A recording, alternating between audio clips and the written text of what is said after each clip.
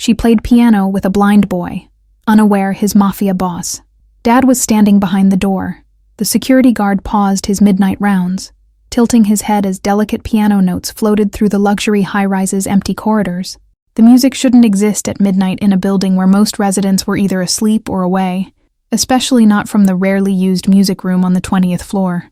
His weathered hand brushed against the holster at his hip, a habit from years of vigilance as he moved silently toward the haunting melody. The notes carried emotion that seemed impossible from mere hammers striking strings, sorrow and hope intertwined like old friends finding each other after years apart. At the partially open door, he held his breath, peering through the crack to see two figures at the grand piano. A small boy, no more than 9, fingers dancing across the keys with uncanny precision, despite eyes that stared unseeing at the ceiling, lost in a world of sound rather than sight. Beside him sat a woman in the gray uniform of the building's cleaning staff, her hands guiding his occasionally, then pulling away to let him soar alone. Her face transformed completely from the quiet, almost invisible person who moved through hallways with lowered eyes, now alive with pride as she watched her young student. The security guard recognized the boy as the son of Mr. Bianchi, who occupied the penthouse suite, the man whose name was whispered rather than spoken, whose business associates arrived with subtle bulges beneath tailored jackets, the boy who had lost his mother last winter, and whose father had buried himself in work ever since. He should report this unauthorized use of the facilities, especially involving the son of the building's most powerful resident. Instead, he stepped back silently, deciding some rules deserved to be broken, especially when broken things were being healed by the very breaking. The cleaner, Nora, felt the music flow through her fingertips like water returning to a dried riverbed. 5 years since she'd touched ivory keys. 5 years since the accident that took her husband and her career in one cruel moment, leaving her with bills, a broken wrist, and broken dreams. Music isn't just sound, she whispered to the boy as they paused between pieces, her words forming the gentle cadence of poetry rather than conversation. It's emotion, it's color, it's everything you feel but cannot see. It's how your heart speaks when words aren't enough. The boy, Theodore, smiled in her direction, his unseeing eyes somehow finding hers with uncanny precision. Dad used to say Mom played like angels were borrowing her hands, he whispered, his small fingers tracing the piano's wooden edge with familiarity born of touch rather than sight. "And do you miss playing with her?" Nora asked, already knowing the answer from the heaviness in his small shoulders, the way he sought solace in the one thing that still connected him to his mother. The language of loss needed no translation. She spoke it fluently herself. Theodore's fingers found the keys again, playing a simple melody that grew in complexity with each repetition. "Dad doesn't come to the music room anymore. He says it hurts too much," he said, his voice so small it almost disappeared beneath the notes. "But music is the only place I can still find her." Nora glanced at her watch, 1 a.m., knowing she risked her job with every minute spent here instead of finishing her shift. But watching Theodore play, seeing him navigate darkness through sound, she couldn't bring herself to extinguish this small flame of joy in his life. "Your hands are different from Mom's," Theodore observed, his head tilted as if listening to something far away. "Rougher, like Dad's, but you play the same notes she did, the ones that make the air feel different, like it's dancing all around us." "Some people see with their eyes," Nora replied, placing her calloused hands over his small ones, guiding him through a difficult passage. "But you listen with such attention that you hear what others miss, the spaces between notes where all the feeling lives." Neither of them noticed the shadow that paused outside the door, the tall figure whose hand had reached for the handle, then frozen in place. Neither saw how he leaned against the wall, eyes closed, transported by a melody he had forbidden himself to remember. Daylight revealed Nora's other life, apartment 4B, in a building across town that leaked when it rained, where she stretched a single parent's salary to cover rent and piano lessons for her daughter. Morning light traced the exhaustion on her face as she prepared breakfast for 6-year-old Sophie, who practiced scales on their second-hand upright. "Mom, are your hands still hurting from cleaning?" Sophie asked, noticing her mother's wince as she poured cereal. The question hung between them, innocent yet piercing, a child's observation cutting through adult pretenses like a laser through fog. Nora flexed her fingers, remembering when they flew across concert halls rather than scrubbing other people's floors. The pain wasn't just physical. It was the space between what she had been and what she had become, a gap wider than the years that created it. "Just tired, sunshine," she answered, placing a worn bracelet on her wrist, the last gift her husband gave her, engraved with words that seemed like mockery some days. "Music finds a way." She wondered if he had known how long and winding that way would be. Across town, in the penthouse that occupied the entire top floor of the luxury building, Angelo Bianchi reviewed security footage with cold precision. His empire demanded constant vigilance, enemies circling like wolves around a wounded bear since his wife's death had momentarily weakened him. The screen showed Theodore sneaking to the elevator alone, a security breach that sent ice through his veins. Following the boy's journey to the music room, Angelo's finger hovered over the fast-forward button, then froze as the cleaning woman entered the frame, watched his son for several minutes, then approached. He expected to feel rage seeing someone touch his son without permission, but instead felt something crack inside his chest as the woman gently guided Theodore's hands to the piano. The security footage had no sound, but he didn't need it. He could see the music in his son's face, happiness returning like spring after endless winter. "Mr. Bianchi, your associate is waiting in the study," his assistant interrupted, her voice carrying the careful neutrality of someone who had witnessed too many explosions of temper. She noticed the footage on the screen but knew better than to comment on anything involving the boss's son. Angelo closed the laptop with deliberate calm, straightening his immaculate tie as he rose. "Find everything you can about the cleaning woman who works the 20th floor," he instructed, his voice betraying nothing of the storm behind his eyes.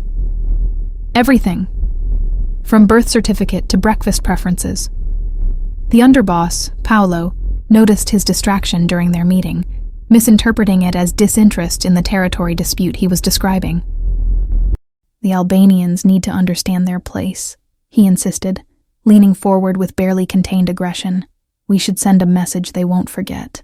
Angelo turned to the window, watching the city spread beneath him like a kingdom he no longer desired. Since losing his wife, violence had lost its taste, power its allure, leaving only emptiness and the responsibility of raising a son who lived in perpetual darkness. "We do nothing until I decide," he responded, dismissing Paolo with a wave that tolerated no argument. Alone again, he opened a hidden panel in his office wall, revealing a portrait of a woman at a grand piano, her eyes closed in rapture as she played, a small boy sitting beside her in wonder. "She found him, Elise," he whispered to the portrait, tracing his wife's face with reverent fingertips. "Someone is teaching our son to play again, and I don't know whether to thank her or fear what else she might awaken in him, and in me." Theodore's small hands trembled with excitement as Nora guided him through the building's service corridors, their secret path to the music room. "Dad thinks I'm napping with Mrs. Green watching me," he confided, his unseeing eyes bright with the thrill of their shared conspiracy. 3 weeks of hidden lessons had transformed him, the withdrawn, silent child blossoming like a flower that had finally found sunlight. His fingers grew more confident on the keys, his posture straighter, his laughter coming easily now where before there had been only careful politeness. "Today we'll try something new," Nora promised, unlocking the music room with the key she wasn't supposed to have.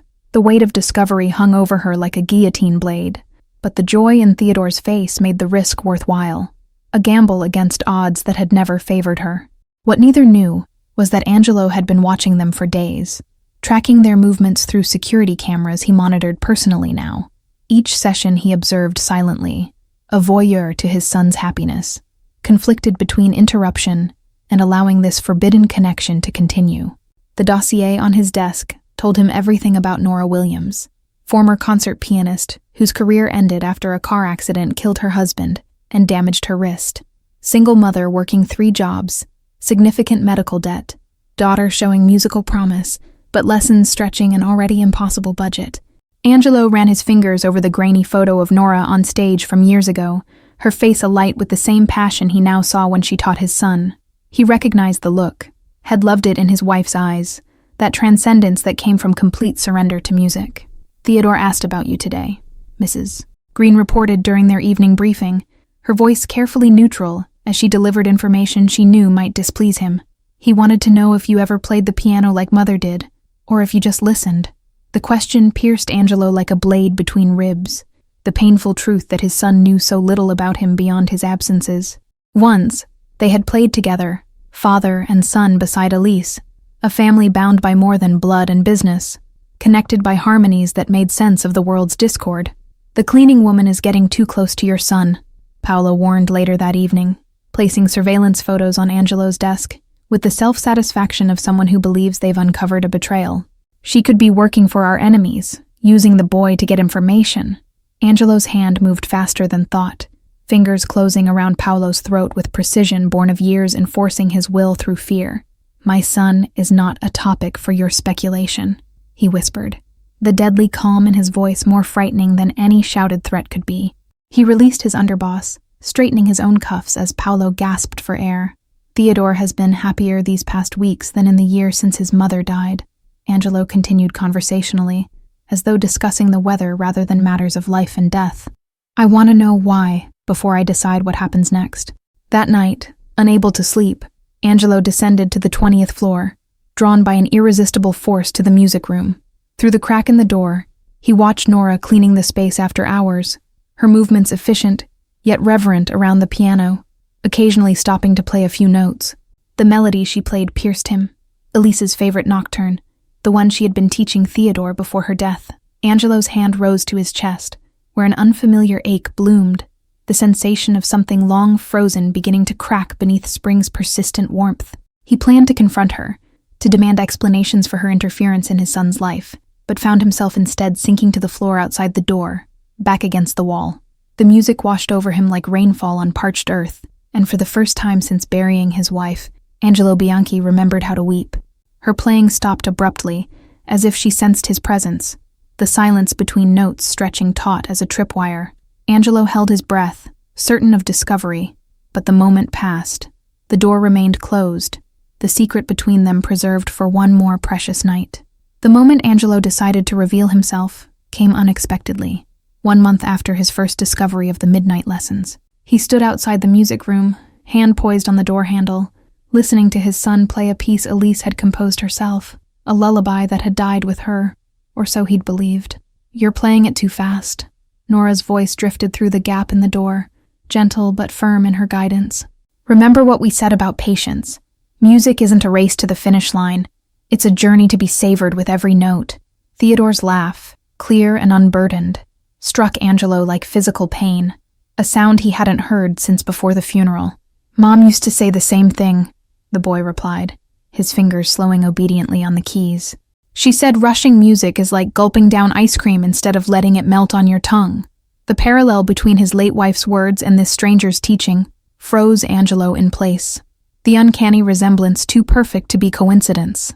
Perhaps this woman had researched Elise, studied her methods to manipulate her way into their lives, yet the genuine warmth in her voice contradicted such calculated deception. "My daughter Sophie asks why I come home so late," Nora confessed, as Theodore practiced the corrected tempo. "I tell her I'm helping someone find their music again, and she says that makes the extra hours worth it. Children understand sacrifice better than we think." Angelo leaned closer to the door, absorbing this new information like a detective gathering evidence. The woman had a daughter, was sacrificing time with her own child to teach his, not the action of someone with ulterior motives, unless the deception ran deeper than he imagined. "Will you play something your mom used to play?" Theodore asked, his small hands stilling on the keys.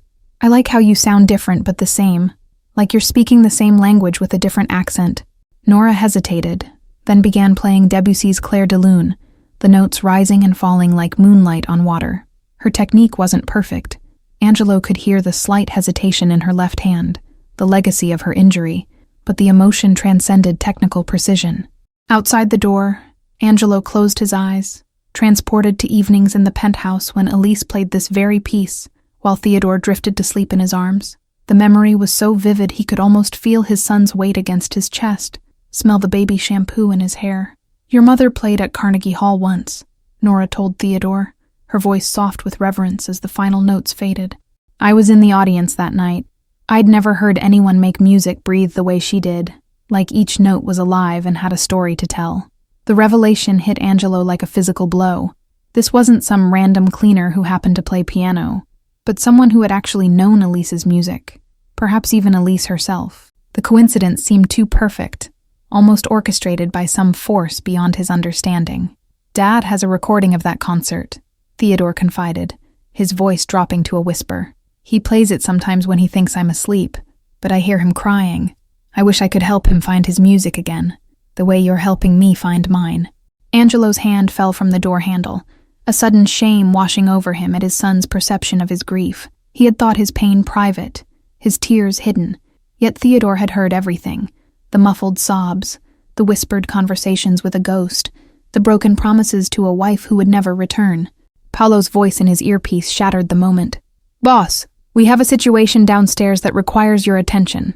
Angelo stepped back, conflicted between duty and desire. The mafia leader battling with the father who wanted nothing more than to burst through the door and embrace his son. "I'll be back tomorrow," he whispered to the closed door, a promise to himself rather than the occupants who couldn't hear him. As he walked away, the music followed him down the corridor like a thread connecting him to something he had believed forever lost. The confrontation Paolo had been pushing for happened on a Tuesday afternoon, when Nora arrived for her regular cleaning shift, only to find security waiting.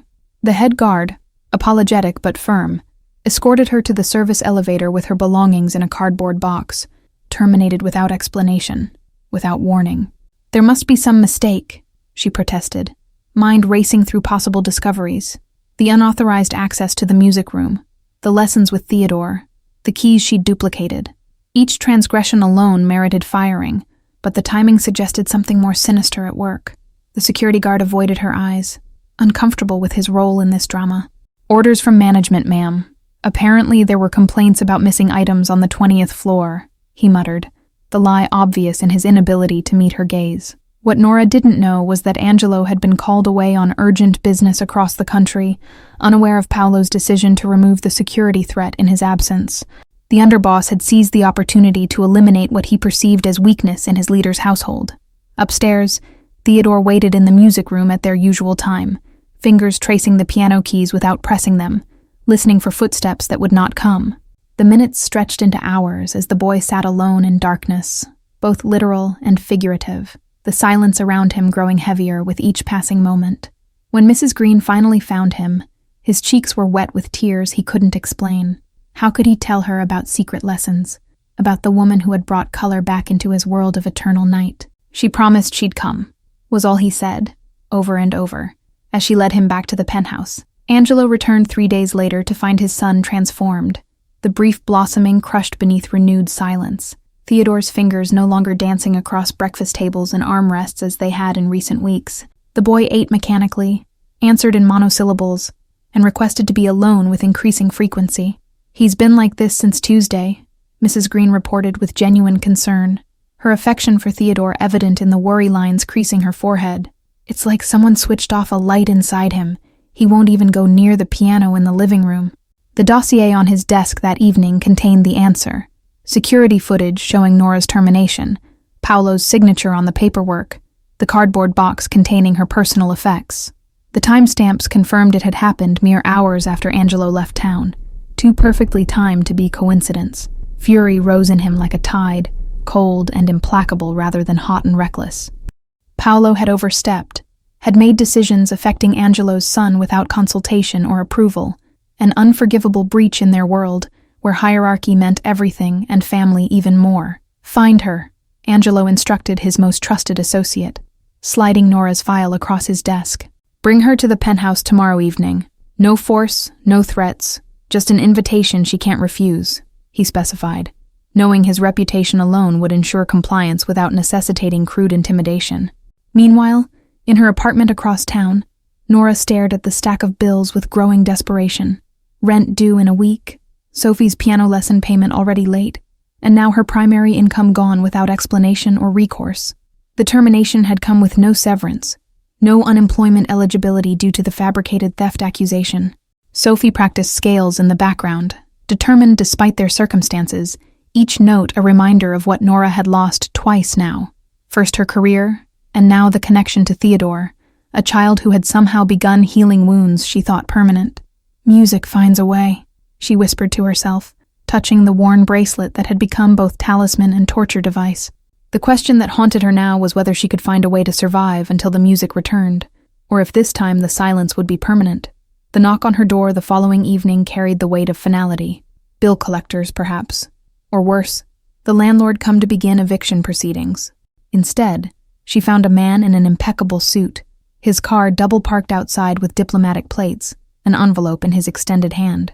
The penthouse elevator opened directly into Angelo's private foyer, where Nora stood frozen between fear and defiance. The luxury surrounding her, marble floors, crystal chandeliers, priceless art, confirmed everything she had suspected about Theodore's father, but never dared ask the boy directly. "Ms. Williams," Angelo's voice preceded his appearance, stepping from shadows into light with the controlled grace of a predator. "Thank you for accepting my invitation, though we both know it wasn't really a request you could decline." Despite the implicit threat, Nora found herself studying the man rather than cowering, noting the resemblance to Theodore in the shape of his eyes, the slight tension around his mouth suggesting he was as uncomfortable with this meeting as she was. Power cloaked him like an expensive suit, yet grief had left visible marks beneath the tailored exterior.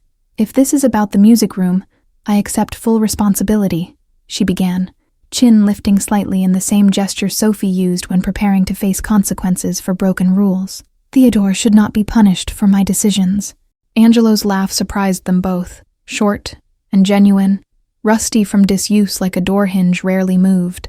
"My son has been punished enough by life without me adding to his burdens," he replied, gesturing for her to follow him deeper into the apartment, past rooms that whispered of wealth beyond comprehension. They stopped before a closed door, Angelo's hand resting on the handle with uncharacteristic hesitation. "Before you meet him again, you should know everything," he said, voice dropping to ensure they wouldn't be overheard. "About who I am, about what happened to his mother, about why your dismissal was never my intention." The room beyond the door was unlike the rest of the penthouse, a music studio with perfect acoustics, walls lined with photographs of a beautiful woman at various pianos across the world's great stages. In the center stood a grand piano that Nora recognized immediately, a Bosendorfer Imperial, the same model Elise had played at Carnegie Hall. "Your wife was Elise Bianchi," Nora breathed, pieces falling into place with devastating clarity. "I didn't connect Theodore to her because of the different last name you use in the building, but I should have recognized her touch in his playing. The same intuitive phrasing, the natural rubato." Angelo nodded, tracing the piano's edge with reverent fingertips. "For protection, we use my mother's maiden name here.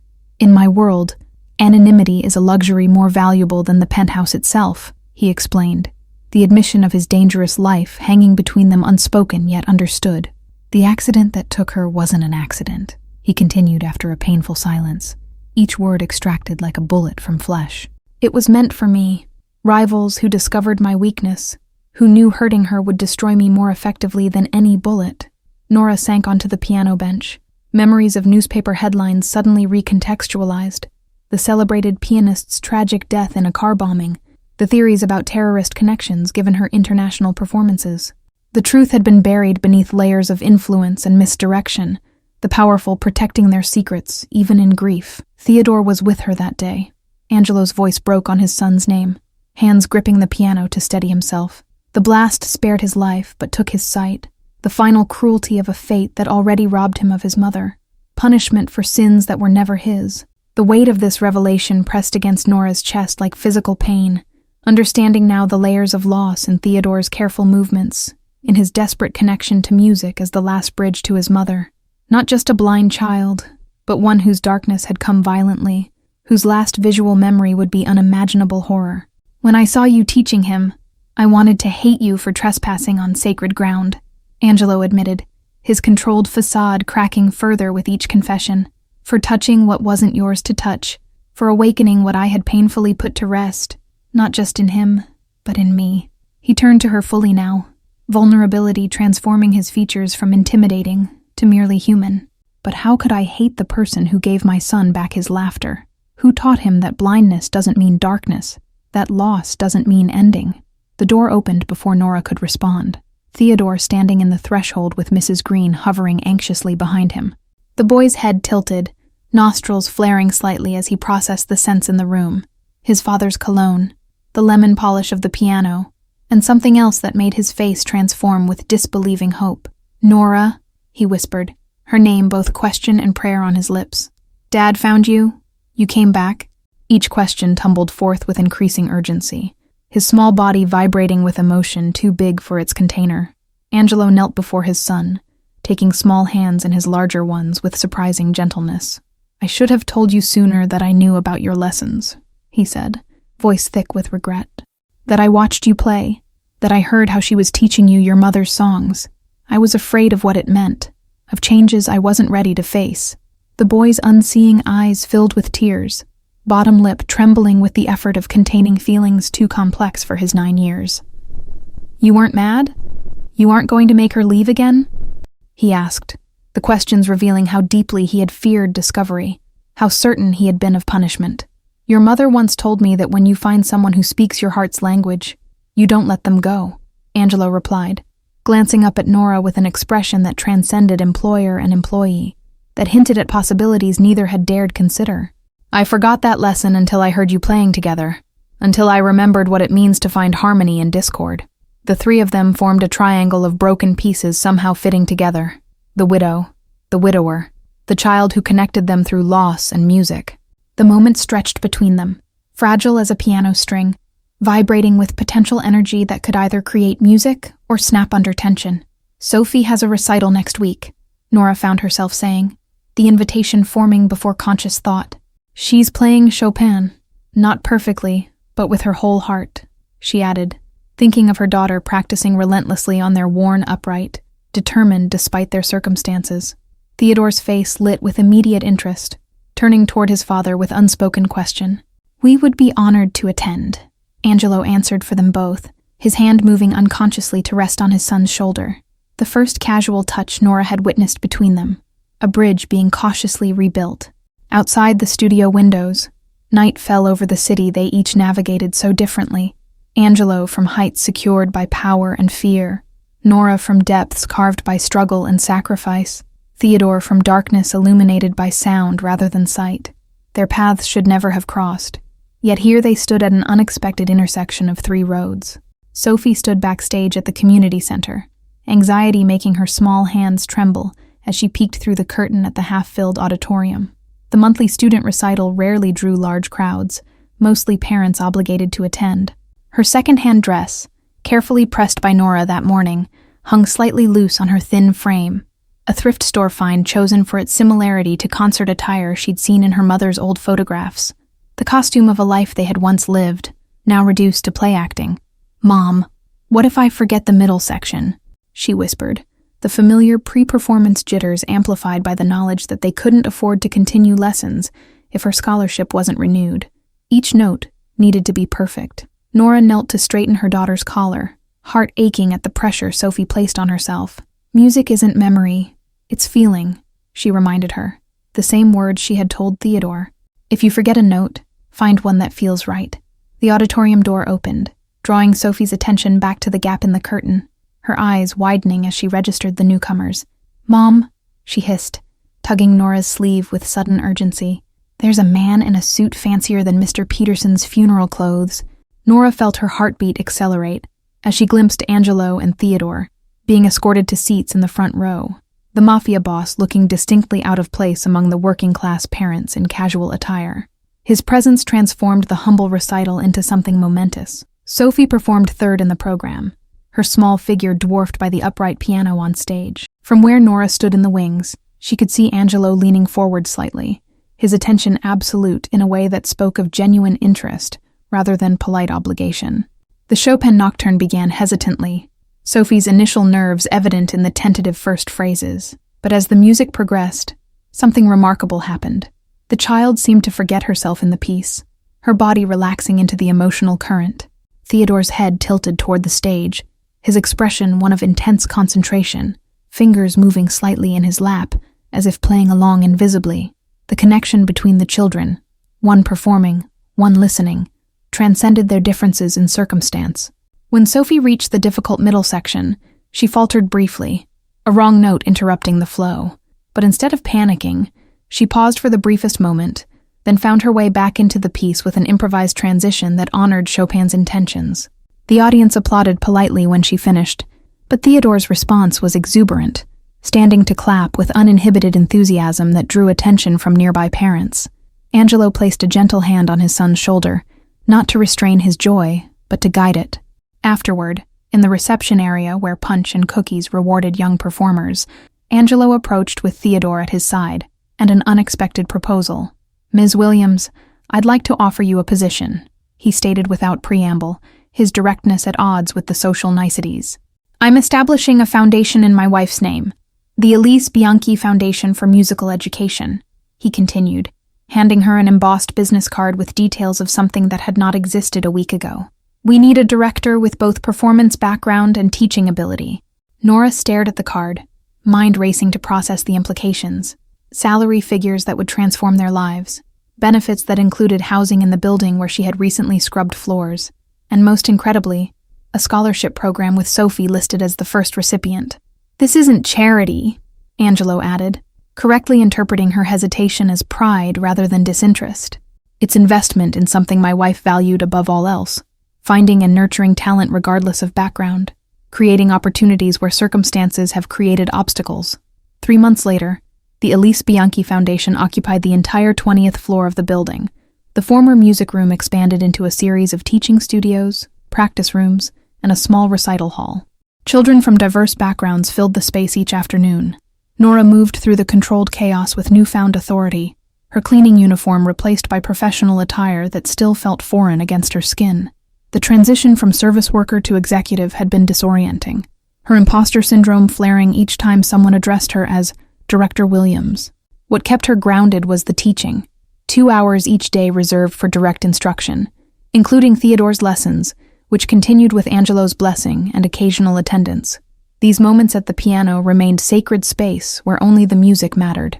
The Foundation's inaugural concert approached rapidly, pressure mounting as Angelo invited influential figures from both the legitimate business world and his other sphere of influence. The event would either establish the Foundation's credibility or mark it as a wealthy man's vanity project. "I can't do it," Theodore declared during their lesson, hands balled into fists after struggling with a particularly challenging passage. "Everyone will be watching. What if I make a mistake and embarrass Dad?" The fear in his voice revealed not just performance anxiety but deeper worry. Nora placed her hands over his, feeling the tension vibrating through his small frame. "When you play, who are you playing for?" she asked, the question cutting through his panic to the heart of what music had always meant to both of them. Theodore's breathing slowed as he considered her words, his unseeing eyes turned inward to something only he could visualize.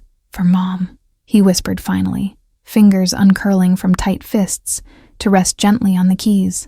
"And for myself, to remember that darkness can still have beautiful sounds."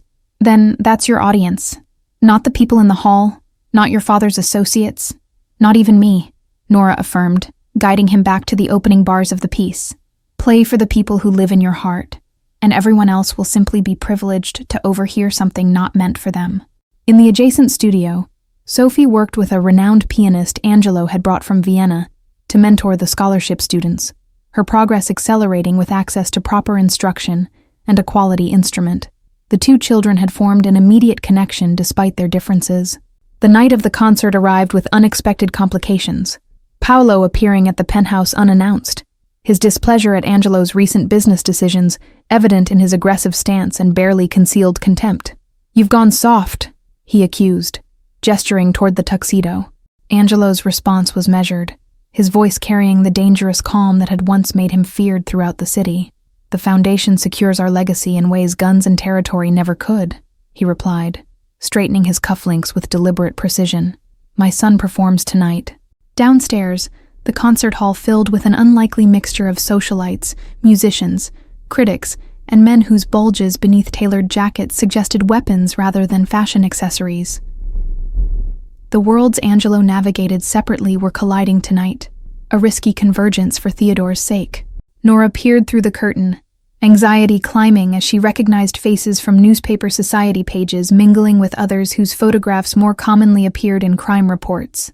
The Foundation's future rested on impressing both audiences tonight, proving to benefactors their money was well spent.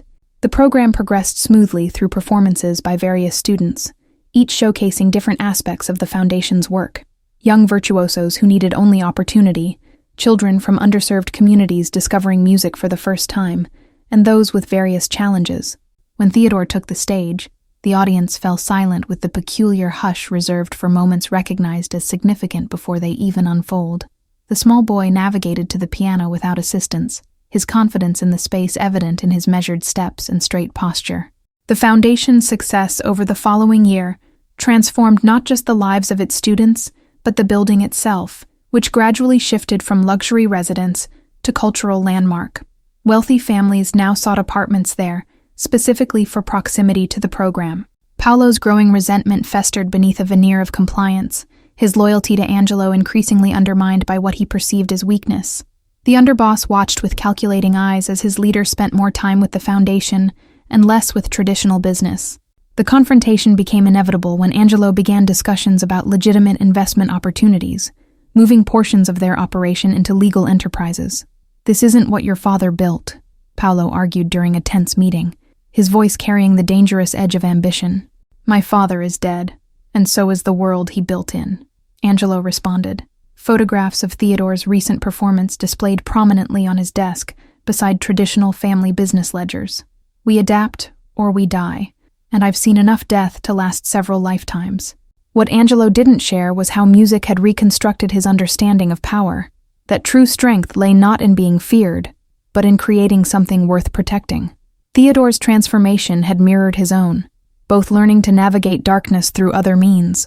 The warning came from an unexpected source, Mrs.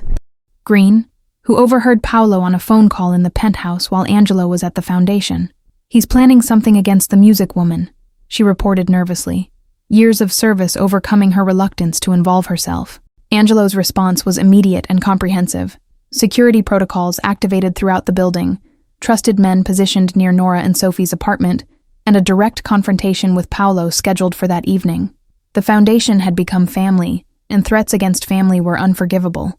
Nora remained unaware of the danger, focused on preparations for Theodore and Sophie's first duet performance, a piece they had composed together, combining classical structure with improvisational elements.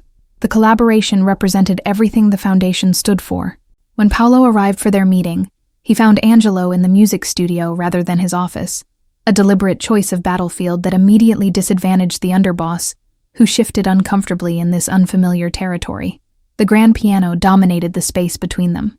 "You once told me that my son was a weakness enemies could exploit," Angelo began, running his fingers lightly across piano keys without pressing them. "You were right, but not in the way you meant. He reminded me that being human isn't weakness. It's the only strength worth having."